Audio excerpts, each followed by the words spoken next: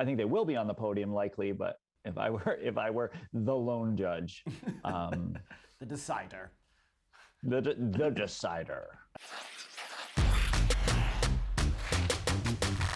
Welcome back to That Figure Skating Show. We are at the 5th Grand Prix of the season, Internationaux de France, and we are recapping the pair event.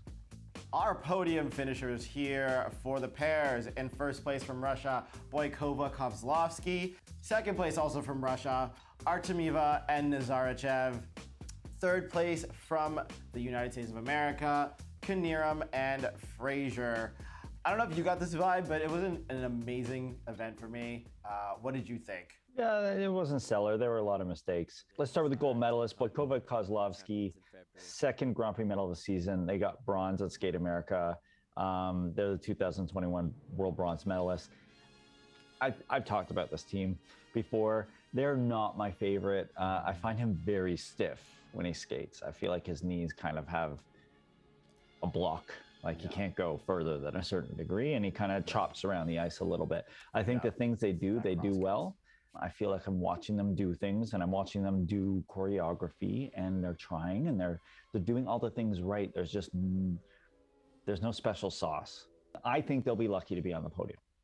Wow. If I were on the panel. Okay. I think they will be on the podium likely, but if I were the lone judge, The decider. the decider, the decidovich. In comparing them to their counterparts and world champions, Mishina and Galliamov, how do they match up? In your eyes? I prefer Mishina and Galliamov. I think they have more intricacy. They've grown more as a team, I've seen. They still have more growing to do in terms of their connection and creating moments, but I've seen more of a change in them than I have with Boikova and Kozlovskii. Both teams are super strong, but yeah, I don't feel magic the way I do with like a Sway and Han. And then, kind of speaking of on that same thread, moving on to the silver medalists, Artemeva and Nazarychev. It's their second medal of the Grand Prix season. They were third in Italy. Yeah, like they do the things, they land the tricks. I feel like I'm watching a really good junior team. Their lifts are intricate, but she kind of droops. There's not this extension where her toes are pointing to opposite ends of the rink and she's lifting herself up. It kind of just is there.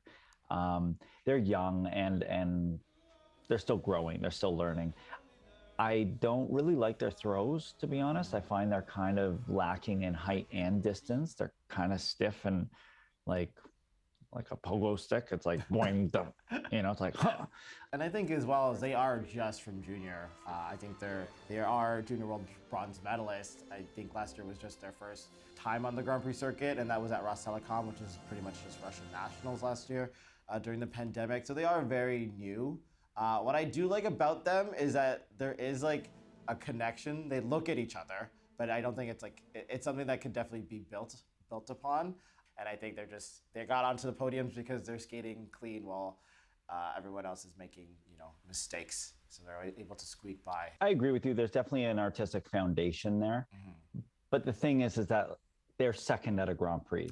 Yeah. And so as a pair analyst, I'm going to look at that and say, well, yeah, Knierim and Frazier made a mistake in the free, but only one. And if you look at everything else quality-wise, I do not think that should be the deciding factor. Moving on to Knierim and Frazier, the bronze medalists, they moved up from fourth. They were fourth at Skate America.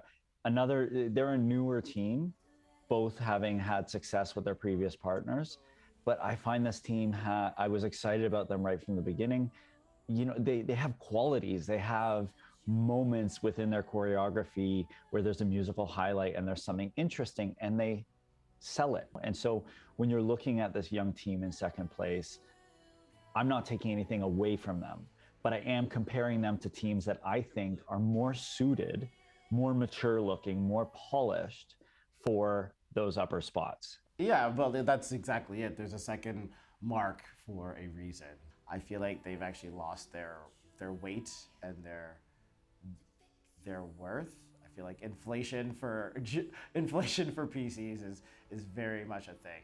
Yeah, it's almost like a participation ribbon. If you're in the last group, it's like, and you get an 8, and you get an 8, and you get, like, that bothers me clearly.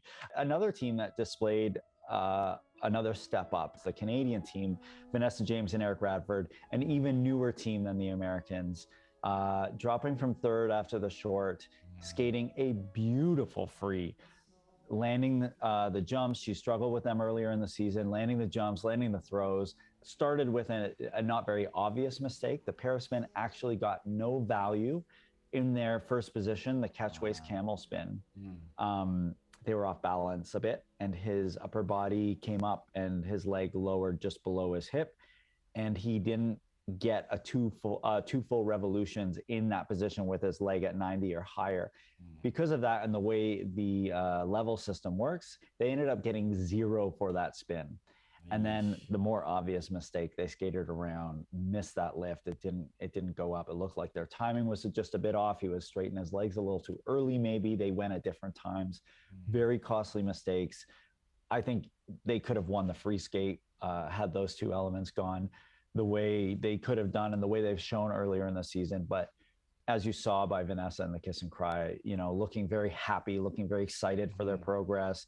It isn't only about the results for them. They're really doing this for themselves as well as the results, but mostly for themselves. Like a chance to be back on the competitive scene, to experience competing again with different partners and having a new look, having a new feel. I thought they looked fantastic. Well, that is it for our pairs recap from the Internationaux de France.